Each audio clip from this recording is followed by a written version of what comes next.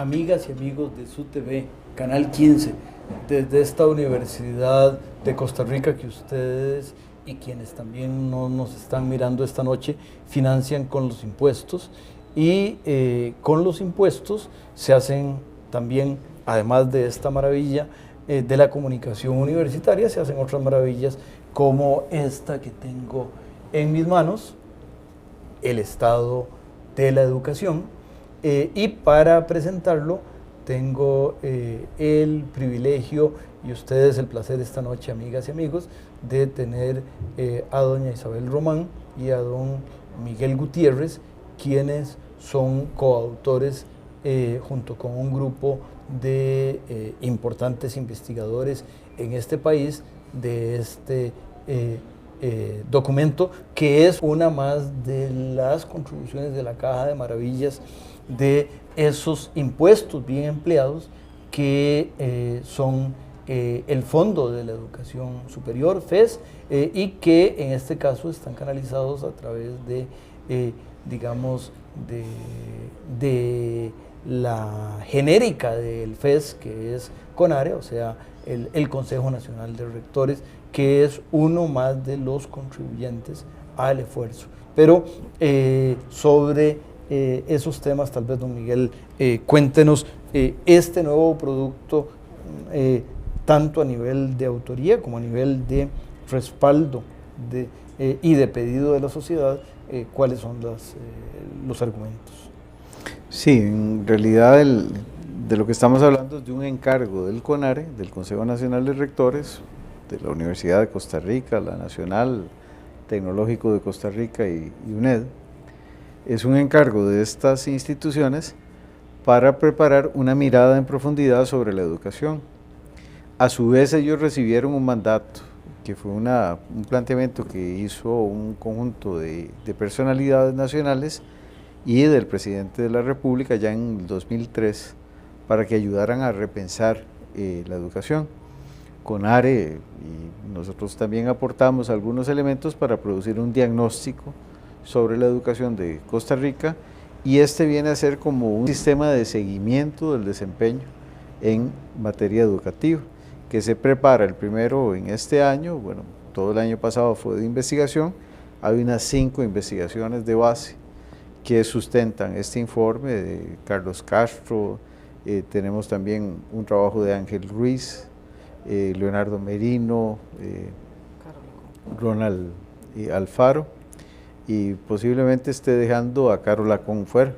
Son como los cinco trabajos, 5 documentos de base, aparte de una recopilación de estadísticas pues importante, amplia, para sustentar lo que es un conjunto de desafíos preuniversitarios, algunos desafíos institucionales y otros desafíos de la educación superior costarricense.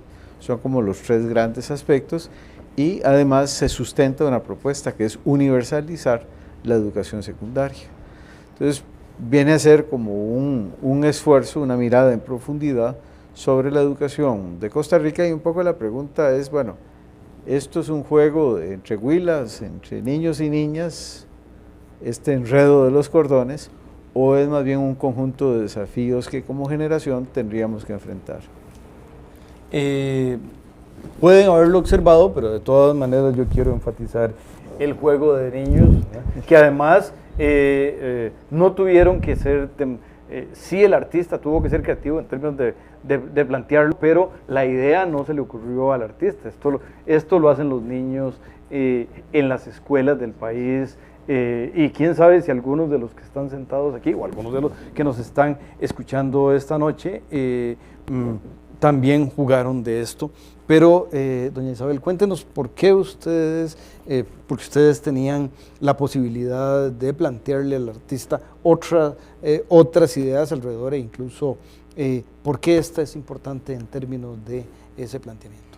Sí, tal vez ahí lo que nosotros hemos dicho es un juego de niños o es un enredo de cables, de cuerdas, que las últimas generaciones hemos estado haciendo en relación con el tema de la educación, y hemos estado más bien como teniendo una serie de nudos que no hemos podido desatar en un tema vital para el desarrollo nacional, y donde históricamente nuestra sociedad, desde hace más de 2 siglos, pues había apostado de manera importante al tema educativo, y eso contribuyó a que un país como el nuestro hiciera grandes diferencias en Centroamérica y en América Latina en materia de desarrollo humano.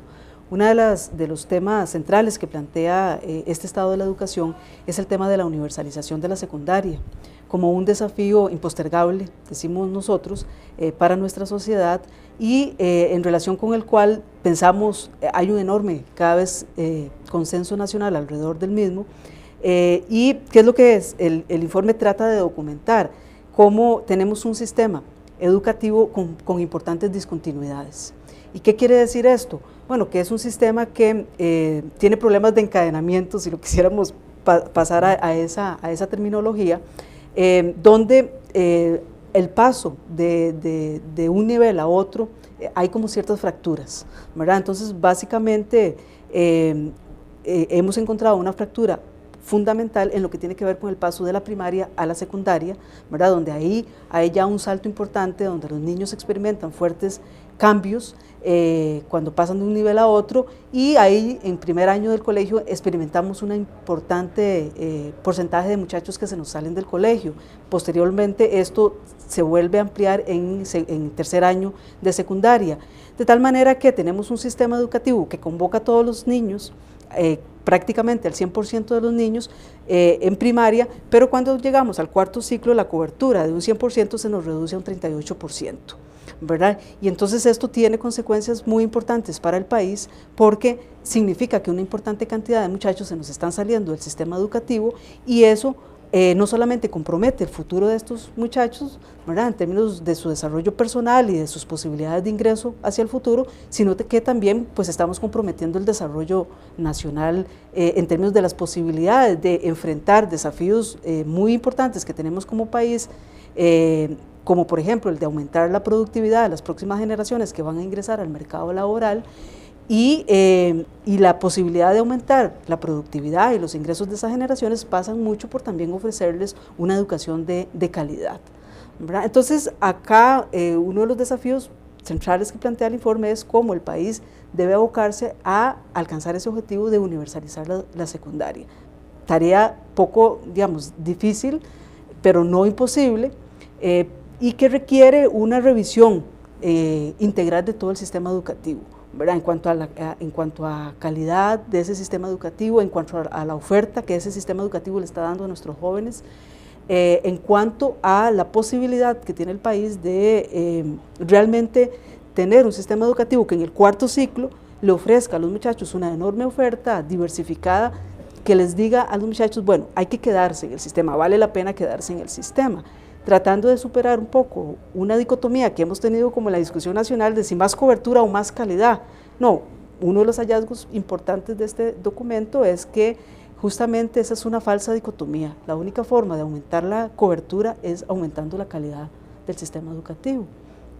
Ahí alrededor de eso, y creo que es un excelente punto, porque con más calidad los jóvenes podrían encontrar que vale la pena quedarse, porque a ratos uno podría estar muy de acuerdo con los desertores, es decir, la secundaria muchas veces es un bostezo y la calle está llena de opciones de trabajo que podrían ser ingresos, cosas más interesantes, y en la mente de un adolescente estas cosas deberían pesar de cierta manera.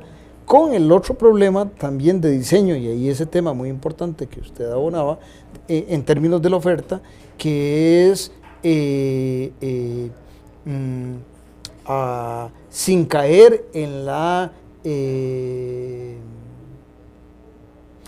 frase ya muy criticada de yo nunca usé los logaritmos, que es una frase que está ahí y que la historia la registra con los créditos correspondientes, pero también reconociendo que en 2006 y en 2040 y en 2015 el tema de conocer idiomas extranjeros e incluso el tema de conocer mandarín, para hacer un caso específico, significa opciones muy interesantes y que sin poner abajo los logaritmos y reconociendo que mandarín es más difícil que los logaritmos, quién sabe si no sería, y no soy yo para decirlo, pero sí para preguntarlo, si alrededor de esa oferta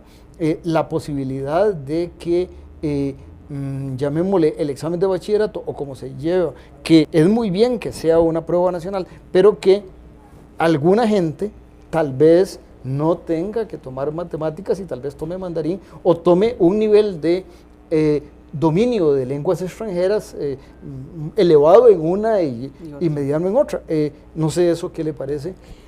Tal vez un poco lo que señala este documento como un hallazgo importante es que uno de los esfuerzos importantes que se hizo fue hacer como una amplia revisión de experiencias internacionales, como para airear la discusión nacional, porque a veces estamos como viéndonos el ombligo, ¿verdad? Y entonces, desde ese punto de vista se revisaron cerca de 55 experiencias internacionales, y entre esto que usted señala, uno de los hallazgos es que, por ejemplo, en países de la OECD, ¿verdad?, la educación vocacional, esa diversificación de la oferta en secundaria es cerca del 80%. En el caso de Costa Rica, nuestra educación técnica apenas alcanza el 20%. Y además habría que decir mucho sobre lo que constituye esa educación técnica, a veces un poquito desfasada de una serie de exigencias y necesidades hoy, digamos que se les haga atractivo a los muchachos esa oferta. Entonces, qué sé yo, uno de los puntos que se señala es cómo efectivamente si nosotros lográramos diversificar el cuarto ciclo, no, con la aspiración de que, pues por supuesto los que quieran avanzar en la línea académica puedan pasar al nivel universitario, académico, pero haya haya como una opción intermedia, ¿verdad? Y ahí estamos pensando en una oferta muy amplia de alternativas en turismo, en informática, en medicina, por ejemplo, en formación de técnicos de los EBAIS, ¿verdad? Que los muchachos digan, bueno, aquí vale la pena quedarme y avanzar hacia los otros niveles.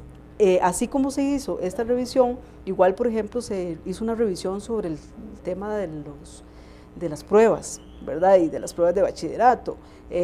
Y un poco los hallazgos en esta línea es que hay muchos países donde se hacen este tipo de pruebas con carácter preventivo, o sea, un poco como utilizarlo como un recurso que permite tomar medidas correctivas, no como un coladero al final, sino países que hacen esas pruebas. Por ejemplo, ¿qué pasa en nuestro país? Hacemos las pruebas de sexto grado, pero ¿qué se hacen con esas pruebas de sexto grado? Eso se le pasa a los maestros de séptimo año para saber qué tipo de capital humano les está llegando y tomar medidas correctivas, como se ocurre en muchos países. Bueno, se hacen esas pruebas y se les pasa la información a los docentes para que tomen medidas, diseñen, mejoren las estrategias pedagógicas. Con eso tenemos que decir un mensaje más, y es uno que el canal tiene para las amigas y amigos que nos están acompañando, pero también decirles que regresamos.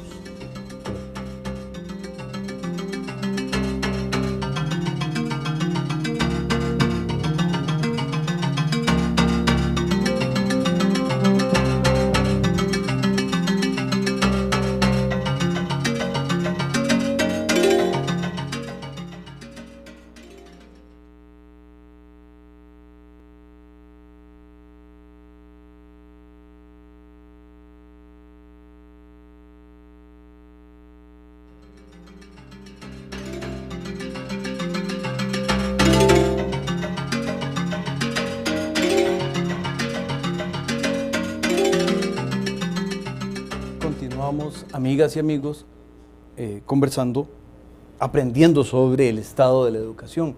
Don Miguel y los rectores inician esta presentación del documento con una cita de 1844, don José María Castro Madrid. Se ha propagado en el mundo un espíritu de análisis. Hay tal emulación en las naciones que todo lo que no se ejerce conforme a los mejores principios tendrá resultados desfavorables. Y esta parte la subrayo yo. Y ningún pueblo podrá competir con los demás sin mucha actividad y sin mucha ciencia. Me parece excelente. Y quería un poco, don Miguel, si usted nos ayuda a completar esta visión de el nivel superior que al cabo la solicitud vino de CONARE. Sí, digamos, el planteamiento de don José María Castro Madrid pareciera muy actual, ¿verdad? Podría ser una frase pronunciada la semana pasada y no sorprendería. Sin mucha actividad y sin mucha ciencia no es posible competir. Y la verdad que nosotros, por ejemplo, en investigación y desarrollo, estamos utilizando pocos recursos. Por ejemplo, Estados Unidos puede estar usando 2.6 de un Producto Interno Bruto, que es muchas veces más que el nuestro en investigación y desarrollo. O México estaba usando casi 0.6, sí, 0.59, dice las cifras, para investigación y desarrollo. Y el CONACYT es una maravilla de la forma en que incentiva a que se hagan las cosas bien. Y nosotros estamos en 0.39 de un Producto Interno Bruto muy pequeñito. Sin embargo, no estamos tan mal en lo que son patentes y este tipo de procesos. Lo que sí está claro es que necesitamos invertir mejor en esta materia. Y también queda clarísimo, como se analiza en el informe Estado de la Educación, la necesidad de vincular mejor la investigación científica a lo que es la práctica productiva, que tiene que ver, por supuesto, con pequeña, mediana y empresa también de otras dimensiones. Pero digamos, esta vinculación del conocimiento con lo que sería la producción y también el conocimiento con lo que es las prácticas sociales de diálogo y cosas así por el estilo. Plantea el informe que hay ahí un desafío de una enorme importancia. También el informe se detiene a analizar lo que son los sistemas de acreditación universitarios, porque la verdad que han proliferado una gran cantidad de instituciones con pobrísimos mecanismos de monitoreo y de seguimiento de la calidad en educación superior. Hay un sistema de acreditación nacional, pero que está cubriendo apenas un 2% de las carreras, de todas las carreras, y un 11% de las de grado en educación superior pública. Es decir, hay unas tareas en materia de acreditación, de monitoreo de la calidad, de control de la calidad, muy acuciantes. Casi que no hemos avanzado en forma así como ya importante, mayoritaria incluso, estamos muy lejos de eso, para lo que es el control de la calidad de la educación superior. Hay mecanismos de seguimiento, por ejemplo, las universidades públicas tienen mecanismos de seguimiento de lo que son los graduados de la educación superior pública, pero solo para la pública. En materia de, por ejemplo, seguimiento de graduados en las privadas, no hay documentos, no hay investigación conocida. Casi que podría decir que no hay investigación sobre este tema, no hay seguimiento sobre este asunto. Y esto, la verdad que tiene que ver mucho con los derechos del ciudadano, de la ciudadana, para conocer y poder labrar su futuro con información adecuada. ¿Por qué? Porque lo que ofrecen en muchos casos es un título sin mucha formación. Se ofrece titular, pero quizás no graduar, no tener gente con conocimiento para que pueda ejercer su profesión de una forma adecuada. Y en ese sentido, son como dos grandes desafíos que se plantean para la educación superior. Uno, acercar el conocimiento a la acción, y dos, mejorar los mecanismos de control de calidad. Hay un tercer desafío también relativo a la educación superior, que en este caso yo diría que es la superior pública, porque casi que nos concentramos al investigar en esta, y es mejorar o ampliar los mecanismos de movilidad social ascendente, particularmente robustos en el pasado en la educación superior pública, y que han venido un tanto debilitándose. Por supuesto que frente a una población cada vez más educada, ya cuesta conseguir gente con educación primaria completa o menos con sus hijos en educación superior pública. Sin embargo, es un contingente importante que puede andar alrededor de un 25% de los muchachos y muchachas de la educación superior pública cuyos padres tienen menos que educación o educación primaria completa o menos que eso. Pero en todo caso, lo que sí se plantea en el informe es la necesidad de ampliar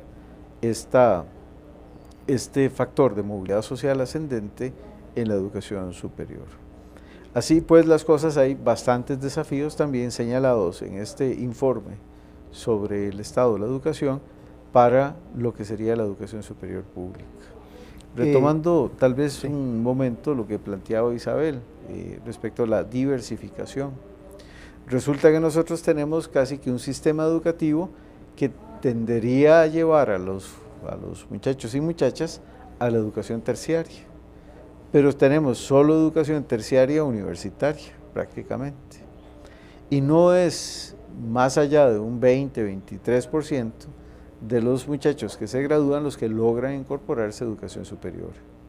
Entonces como que queda una serie de gente, la más importante, que se va quedando de camino o concluye su educación secundaria, pero no puede pasar a la educación superior. Y por ejemplo, en más de un país, Corea, etcétera, lo que hay es una gran diversidad en la secundaria que tiene un tronco común robusto, importante, de formación sólida, a la que se le agregan elementos especializados o diversificados. Pueden estudiar comercio, pueden estudiar idiomas, pueden estudiar N especialidades técnicas, etcétera. Y eso es una forma de aprovechar muchísimo mejor los recursos. En ese tema, y un poco lo planteaba usted, doña Isabel, digamos, en esa diversificación, una de las cuestiones, y yo a veces lo siento cuando trato en la universidad de crear carreras nuevas en posgrado, y parte del tema es que siempre tengo que insumir recursos foráneos, porque en el país precisamente, si son nuevos, no hay expertos en esos campos, por eso es importante la contribución. Pero estoy hablando de algo en el nivel terciario y en la parte superior del nivel terciario, o sea, en posgrado. En el tema de la secundaria, una de las cosas que preocupa es en esa diversa oferta, si hay con quién, y hay con quién lo que quiere decir es, hay una historia, cierta o no, pero que me parece que viene al caso, que es para cuando se querían profesores de inglés, la primera vez se hizo un examen, dicen que mucha gente no logró probar, y entonces la siguiente, sencillamente se hicieron los nombramientos sin pasar, y cuando estamos pensando en algunas de las ideas que usted planteaba, la pregunta es, ¿habrá con quién? Porque, de nuevo, si lo que me van a enseñar es irrelevante, entonces quién sabe si el desertor tiene razón. Esto le sumo el otro aspecto de que la mayor parte de los candidatos en la elección pasada sacaron el tema de la educación de manera importante, y hay una propuesta particular de subir en 2% el gasto, en 2% de la producción total del país, el gasto en educación.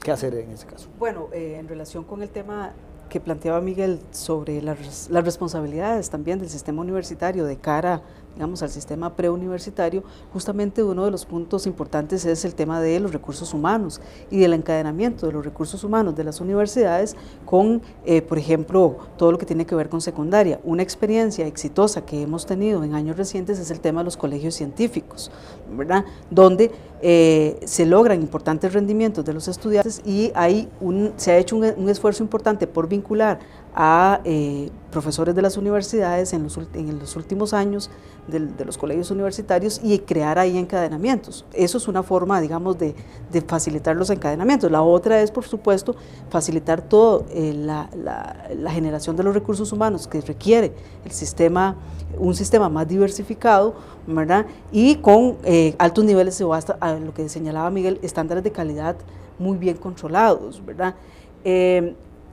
Volviendo al tema del sistema preuniversitario, ¿qué es lo que el informe detalla? Un conjunto de deficiencias de distinto nivel. Digamos, hay importantes déficits de infraestructura, ¿verdad? Básicas, ¿verdad? Casi básicas en algunos de nuestros colegios, ¿verdad? En términos de falta de bibliotecas, falta de laboratorios, infraestructura básica por ejemplo, de gimnasios, etcétera, ¿verdad? Que plantean una exigencia básica en términos de la necesidad de recursos, de más recursos para la educación, ¿verdad? Por ejemplo, en todo lo que tiene que ver con los docentes, uno de los aspectos que detalla bien el informe es cómo, por ejemplo, el 50%, cerca del 42% de los profesores de la educación secundaria son interinos, ¿verdad? Y entonces ahí un poco surge, bueno, ¿y qué compromiso les pedimos a estos profesores que año con año van cambiando de un lado a otro y que no tienen estabilidad laboral? Una de las cosas que plantea el informe es que al tema de los recursos, ¿verdad? Que hace que efectivamente el tema de aumentar la inversión social esté muy justificado, hay que pegarle también el tema de elevar los rendimientos tanto de los docentes como de los estudiantes.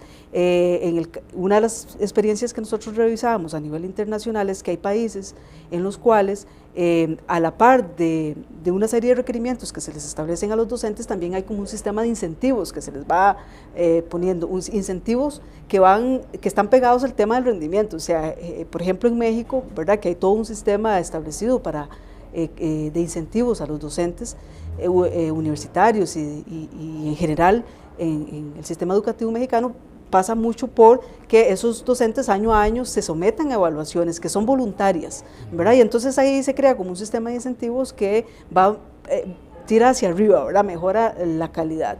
Entonces, en relación con el tema de la inversión, me parece que es un tema central, ¿verdad?